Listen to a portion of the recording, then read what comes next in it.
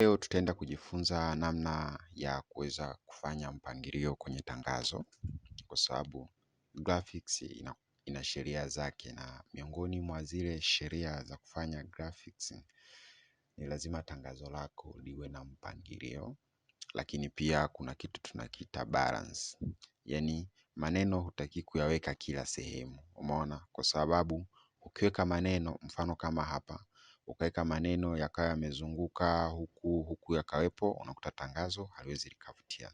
Sasa leo tutajifunza namna ya kutengeneza tangazo kama hili ambalo mnaliona hapa. Nimeshali design tayari kama ambavyo unaweza kaona. Tutaenda kuangalia namna ya kuweza kulitengeneza. Sasa tuende kwanza. Okay. Ukifungua Canva, hii itakuwa ndo page ambayo utakuja ku create design. Nitachagua Instagram post, umeona? Nikishachagua Instagram post, huku unaweza kuona inaniandikia untitled design. Kwa nitakuja hapa, nitaita jina, labda niite mpangilio, umeona? Ngoja niite tu tangazo, tangazo. Then baada ya hapo mimi nimesha download vitu. Umeona, ni download hapa picha. Hii picha ni ya matunda. Kwa hiyo baada ya hapo kinachofuata nitakuja hapa kwenye element. Nikija kwenye element, umeona? Nikija kwenye element natafuta kitu kinaitwa gradient. Hapa nitaandika gradient. Kwa hiyo nikitafuta gradient, hapa zitakuja gradient tofauti. Mimi nitatafuta gradient ambayo na ihitaji.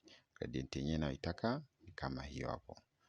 Kwa hapa nitavuta hivi, nitalisize ili kuweza kuikarisha. Zimetokea mbili, ngoja nifute hii moja. Kwa hiyo nitakuja hii nitalisize ili iweze kufiti humu, na hakikisha kwamba inaweza kutosha humu ndani. Na resize kama hivi. Ukisha resize hivi, bila shaka imeshakaa vizuri. Umeona? Then baada ya hapo hapa haijakaa sawa. Unahakikisha imekaa kama hivyo, imeweza kutosha humu ndani. Baada ya hapo nitakuja nitatafuta shape. Unatengeneza shape. Kwa hiyo utakuja utatafuta shape hapa. Shape ni umbo. Kwa hiyo tunatafuta kuna umbo ambalo inabidi tuchore kama hapo, yani ambalo linaweza likakaa hapo. Kwa hapa nikitafuta shape hapa, naweza nikaangalia maybe mimi nikawa nimependa hii hapa.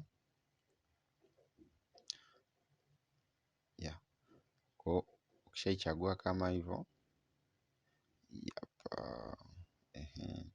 ukishaichagua kama hivyo, utakuja hapa, nitabadilisha rangi, nitaipa rangi nyeupe. Nilikuwa nimechagua mbili, ngoja nifute hii hapa. Kwa nikishaipa rangi nyeupe, nitakuja hapa, nitaikuza kama hivyo, alafu nitaishusha kama hapa. Kwa nikishaishusha hapo, kinachofuata nitakuja nitaweka picha. Kwa nitakuja hapa kwenye upload. Picha tayari hapa nilikuwa nayo. Kwa nitachukua picha yangu ya kwanza, nitaiweka hapa. Maybe ngoja niweke hapa. Kwa ikishakaa hapo, kaa hivyo, unakuja unachukua picha yako nyingine. Hii picha nitaiweka hapa pembeni, lakini nitakuja hapa kwenye hivi vidude vyo kama viboxi, transparency, nitapunguza ili siweze kuonekana. Lakini hii picha iko juu ya hii picha, mimi nataka ikae kwa chini. Kwa nitakuja hapa kwenye position, nitasema ikae backward. Kwa hiyo tunaona kwamba picha imekaa huku kwa chini. Kwa hiyo naweza hapa nikaipunguzia mwanga, naweza nikaipunguzia ili sionekane sana. Nakuja hapa kwenye transparency, tunaipunguza ya. Umeona? Kwa hiyo inakuwa kama hivyo. Hapa naweza nikalisize hivi, ikakaa hivi, hapa ikakaa hivi, kaipunguza hii. Labda hapa. Hii tukaileta hivi. Hii tukaileta kama hapa, imekaa kama hivyo. Sasa hatua nyingine tukiangalia kwenye hili tangazo, tunahitaji kuandika maneno. Leo darasani, afya ni matunda. Umeona? Kwa hiyo nitakuja hapa, Ukitaka kuandika maneno hapo juu unakuja palipoandikwa text, kwa sababu mimi nataka ni add kama subheading na add subheading. Kwa hapa nitaanza kuandika leo darasani. Kwa ukishaandika leo darasani, maneno nitapandisha, labda nitaweka hapa. Ukishaandika leo darasani, nitachagua hapa aina ninayotaka kutumia. Mimi nataka nitumie hii inaitwa archivo blank, ndio font ambayo nitaitumia.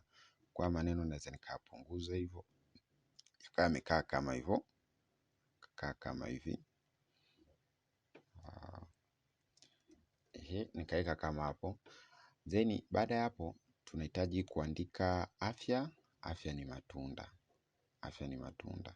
Kwa nitakuja hapa kwenye text, nitachagua hii hapa. Mimi kwa nimechagua hii hapa kama mfano au template. Kwa nitakuja hapa, haya maneno ya chini sihitaji, nitafuta. Maneno ya chini haya hayo ni kwa sihitaji. Kwa hiyo nasema kwamba watu tukiangalia nasema afya ni matunda. Ni mfano tu. Ni mfano wala haina uhusiano wote. Afya ni matunda. Kwa nitapandisha hii hapa juu. Nilikuwa nimechagua 2 ndio maana zimetokea mara 2. Kwa nikishachagua afya ni matunda, hii nitaikuza hivi. Nitaikuza kama hivyo, nitaikuza kama hivyo, itakaa kama hivi. Kwa hii nitajaribu kuipunguza ili iweze kutosha hapa. Kwa afya ni matunda. Baada ya hapo nitakuja hapa, wamesema kwamba kula matunda. Mwanangu, hii ni copy. Kula matunda kila baada ya kula chakula. Kwa hiyo nitaiweka hapa. Utakuja unaweka subheading. Subheading nitapaste kile ambacho nilikuwa nimekiandika pale. Alafu kisha kuja maneno unapunguza ili yasiwe makubwa sana. Naweza nikachagua nikabadilisha, labda nikaweka hii hapa ili iweze kuonekana. Lakini kwa mfano kama hapa nilikuwa nimetumia hiyo ila niweka 24.4. Kwa hiyo nitashusha mpaka afike kwenye 24. Kwa hapa naweza nikaandika 24.4. Kwa nachukua naleta hapa. Sawa. Sasa kama unavyoweza kuona, nadhani tangazo letu linaanza kuonekana. Baada ya hapo hapa naweza nikawa nakuza hivi kidogo ili iweze kuonekana. Umeona? Nikaja hapa kwenye position hii, inabidi ikae nyuma ya hii hapa shape yetu.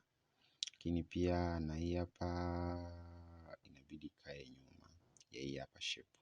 Hii hapa nyeupe.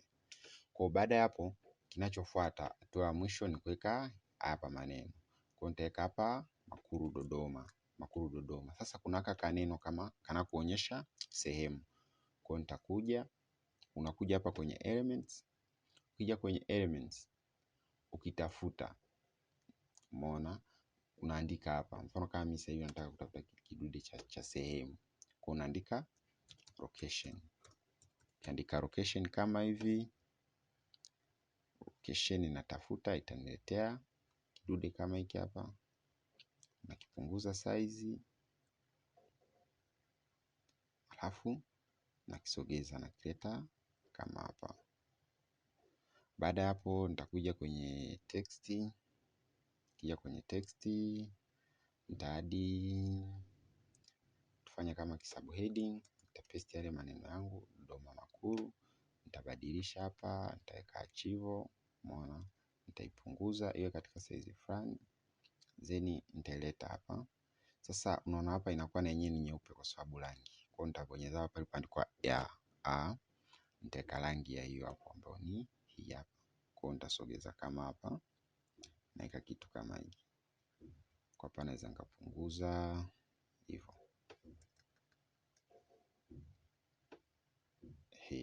Baada ya hapo inabidi tuweke kile cha WhatsApp. Ambako cha WhatsApp unakuja tena hapa kwenye element, unaandika WhatsApp. Kwa ukiandika WhatsApp hivi itakuletea kile kidude cha WhatsApp hiki ambako hapo utaweka namba yako ya simu. Bonyeza mara 2.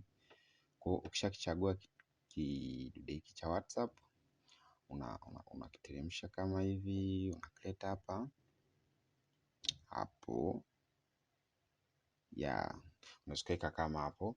Then baada ya kuweka hapa, hii naweza nikasogeza ya ngoja niweke tu hapa. Ukiweka baada hapo utakuja hapa kwenye text, utachagua nini? Subheading. Tutakuja huku palipoandikwa namba ya simu. Nitaicopy namba ya simu, lakini pia unaweza kuiandika. Mimi na copy ili kuokoa muda. Ya tusitumie muda mrefu. Baada hapo nitakuja palipoandikwa archive. Hii nitaiteremsha hapo, lakini ili sikuchanganya unaweza kubadilisha rangi kwanza. Ukaipa hii hapa rangi. Afu ukaishusha hapa. Ukaipunguza.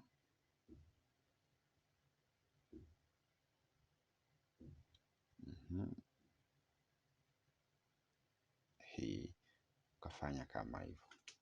Ya, kwa leo tulikuwa tunaenda tu kuangalia jinsi ya kuweza kutengeneza kitu kama hicho. Kwa ukishamaliza hapa ndo unaandika jina la tangazo lako ambalo umelitengeneza. Baada hapo nadhani jana tulifundishana katika session ile tulifundishana namna ya kuweza kutengeneza, kuweza kuidownload. Utakuja hapo utaminya hapo kwa download, utadownload. Unasubiria ili iweze kufanywa processing. Baada ya hapo tayari tangazo langu hili hapa lishakuwa downloaded. Kwa hiyo hapa nitakuja hapa, umeona ili hapa tangazo. Umeona? Kwa hiyo unaona kwamba tangazo tulitengeneza sisi ni hili, tangazo nilikuwa nimetengeneza mwanzo ni hili hapa. Kwa hiyo hicho ndio kitu ambacho tulikuwa tumekizungumza. Kwa hiyo kwa kukumbushia tu ni kwamba tumejifunza namna kuweza kupangilia tangazo lako kama unavyoweza kuona kwamba hapa maneno tu hajatawanyika tawanyika. Yaani yamekaa katika mpangilio ili kumwezesha mtu anayesoma tangazo lako kuweza kuelewa. Asanteni sana, tukutane wakati mwingine.